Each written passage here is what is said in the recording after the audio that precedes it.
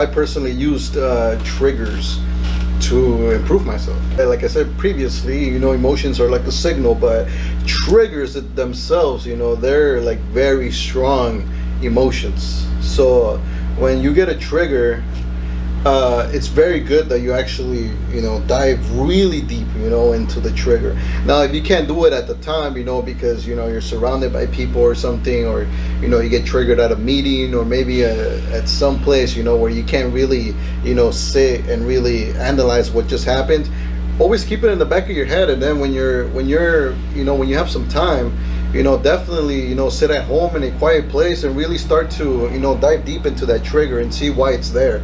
Because triggers are very strong. They're very strong emotions. And so that means that whatever that trigger is, that means that not only is it hitting you at a hard level, but it's also something that you yourself have not resolved emotionally. And it's probably been for a while, because usually those emotions, as the more you prolong them, the more you ignore them, the stronger they start to get, because you're not assessing them. So like I said, there's that fear, like always you'll have that fear, and so that fear mixed in with that emotion, it creates that trigger. And so you have to dive deep and understand why the trigger is there in order for you to let it go. You have to release that emotion. You have to let it go.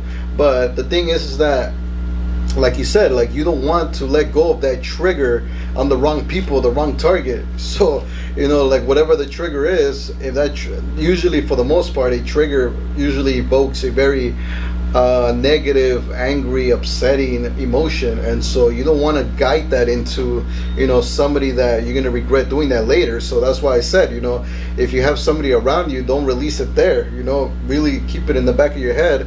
And then when you're by yourself, assess that trigger and really look into it, and then release it. But release it when you're by yourself. Release it when nobody's going to be affected by you releasing, because eventually that emotion's got to come out. But what you don't want to do is to release that emotion in very negative forms, where you hurt someone, or you hurt some business, like downstairs, and you create all this chaos. Obviously you don't want to create that. So that's why I'm saying, like, when you have a trigger, don't release it like that. Release it on your own. Release it in a place where it's safe to release, and at the same time, you're able to really release it in a very proper way. And this may take many times, like, maybe you have to do this multiple times, where you just have to sit and see what's causing the trigger, and then release it little by little until you really get to the core of it. Because usually triggers are very hard to release. I know this from experience, because sometimes I would think like, oh, I feel this trigger because of this, so I would like release that, and then I would notice that the trigger was still there. I'm like, okay, that wasn't it, I gotta dig deeper. And so I would dig deeper, and eventually it would lead to something that happened to me in my childhood, and then that's when the true release really did happen. So there's like these layers, like, that you have to go through, in order to identify the core of that trigger and really release that. And you're able to, the more triggers you release, the more free you're gonna feel to really express your full range of emotions, really. And so really look into that, because if not, like we said here, it could cost you time, it could cost you money, and it can cost you relationships too. It could even cost you your own life.